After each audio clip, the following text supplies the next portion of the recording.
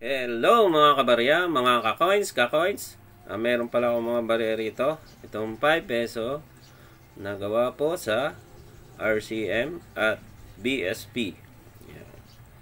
At ito pong nasa kaliwang barya natin na year 1995 ay gawa po sa RCM or Royal Canadian Mint.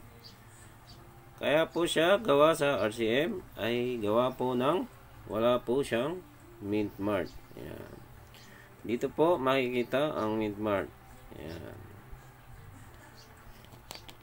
Ayan. Doon po makikita ang Mint Mart. So, ang bariyang ito ay merong isang variation lamang na reverse 1. So, paano po natin makikita kung reverse 1 siya? Ay pupunta po tayo sa kanyang reverse. Ayan. Ito po ang katangian ng reverse 1. Ang kanyang cogwheel na maliliit ang ngipin. Yan. Ito po. At ang 1993 na magkakadikit. Yan. Yan po ang katangian ng reverse 1. At ito pong barya na ito na 1995 ay merong 7% ayon sa Numista. Ayan. Ito pong 1995 na gawa po sa RCM. At ito pong nasa kanang barya natin ay ang 5 peso year 1991 na gawa po sa BSP. Gawa po ng meron siyang Mint Mart. Ayan. Ito po ang Mint Mart. Ayan.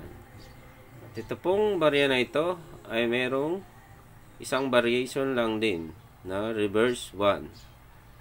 So, paano po natin malalaman kung reverse 1 siya? Ay pupunta po tayo sa kanyang reverse. Ayan. Ayan.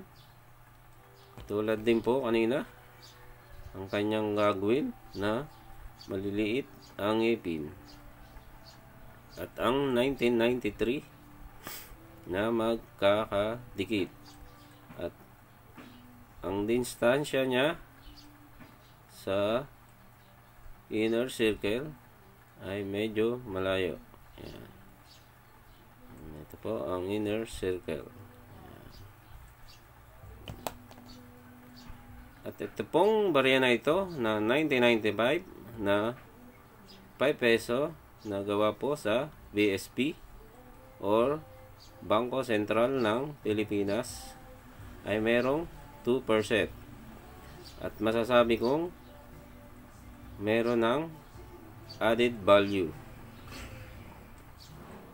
Kasi po itong barya na ito ay bihira ko na rin pong makita.